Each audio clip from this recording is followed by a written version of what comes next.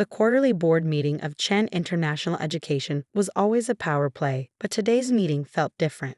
I sat in my usual corner of our company's mahogany-lined boardroom, making final adjustments to my AI algorithm while my brother David showcased his latest acquisition of another failing traditional language school.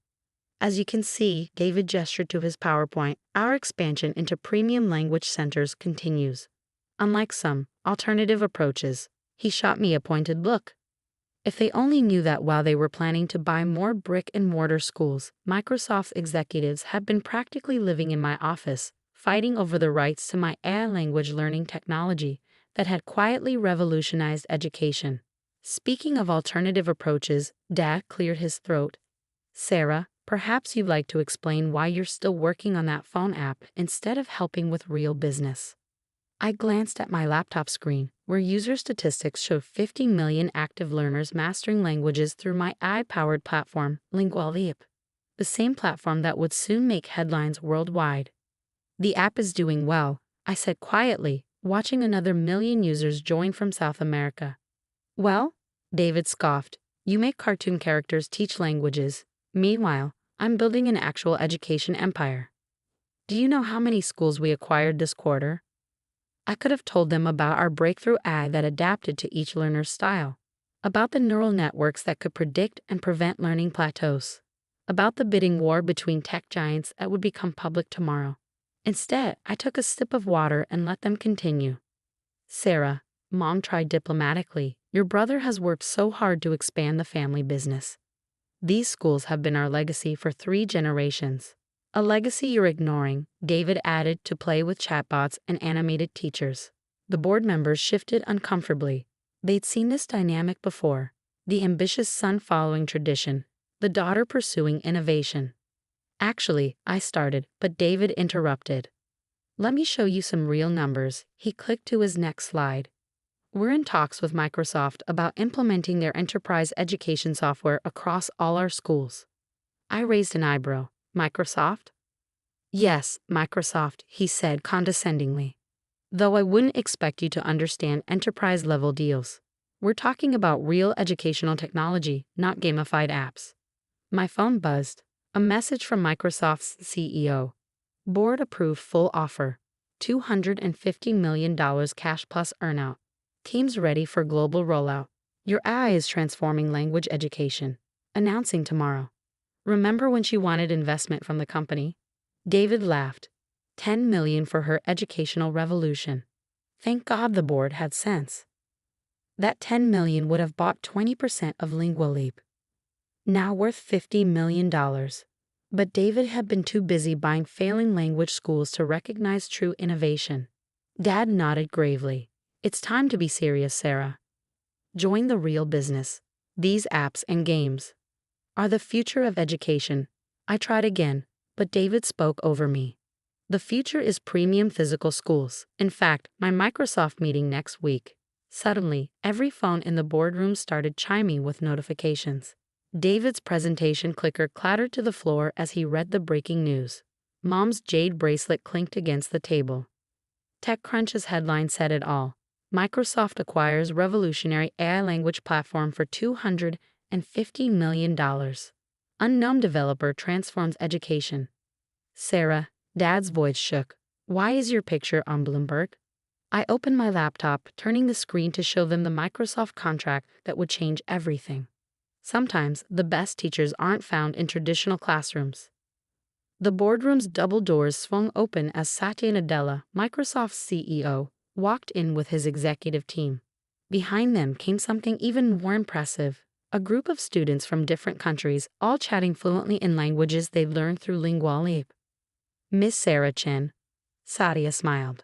Sorry to interrupt your board meeting, but we thought your family might want to see what your cartoon app really does. What? What is this? David stammered, his perfect presentation forgotten on the screen behind him. I stood up, opening my analytics dashboard on all the boardroom displays. This is the future of education, brother dear. Let me show you what real numbers look like. The screen's filled with real-time data.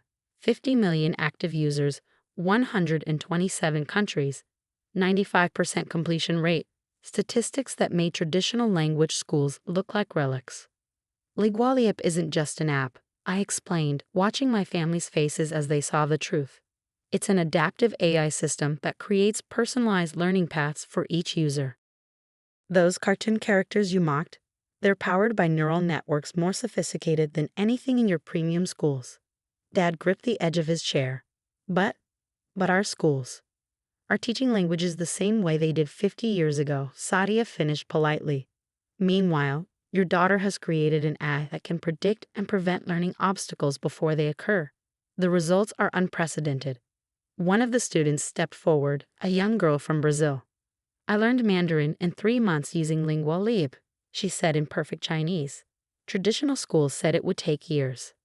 David frantically refreshed his phone's news feed. This can't be real. She works from a tiny office. That tiny office, Microsoft's head of AI added, has produced more successful language learners than all of Chen International's schools combined. Last month alone, look.If helped more people achieve fluency than your entire company has in 5 years. Mom found her voice. $250 million. For an app. For the future of global education, I corrected her, pulling up another document, the charter for our new foundation. Part of the Microsoft deal includes establishing a Global Learning Innovation Fund. We're providing grants to edtech developers creating accessible education solutions, especially those whose families think they're playing with apps. The first recipient? My niece Jenny, who'd been developing a VR math learning platform until David told her to stop wasting time with games. The integration starts tomorrow, Satya announced. Sarah will head our new educational AI division. And those enterprise software contracts you were hoping for. He turned to David. We'll be implementing look.If instead. The aftermath was spectacular. Chen International's traditional schools saw enrollment plummet as students switched to look.If. David's aggressive acquisition strategy backfired as the market shifted toward digital learning.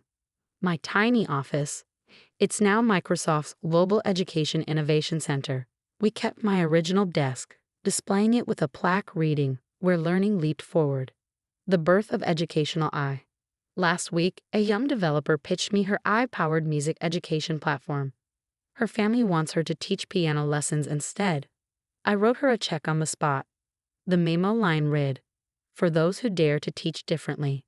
David, he now runs our family company's digital transformation division, reporting directly to me. His first task? Learning 6 languages through look.If to understand the product. Dad finally came around when he saw his grandchildren learning Mandarin through my cartoon characters, faster than he'd learned English in traditional schools. Yesterday, during Microsoft's Education Summit, someone asked if I ever imagined this success when I was just making language apps.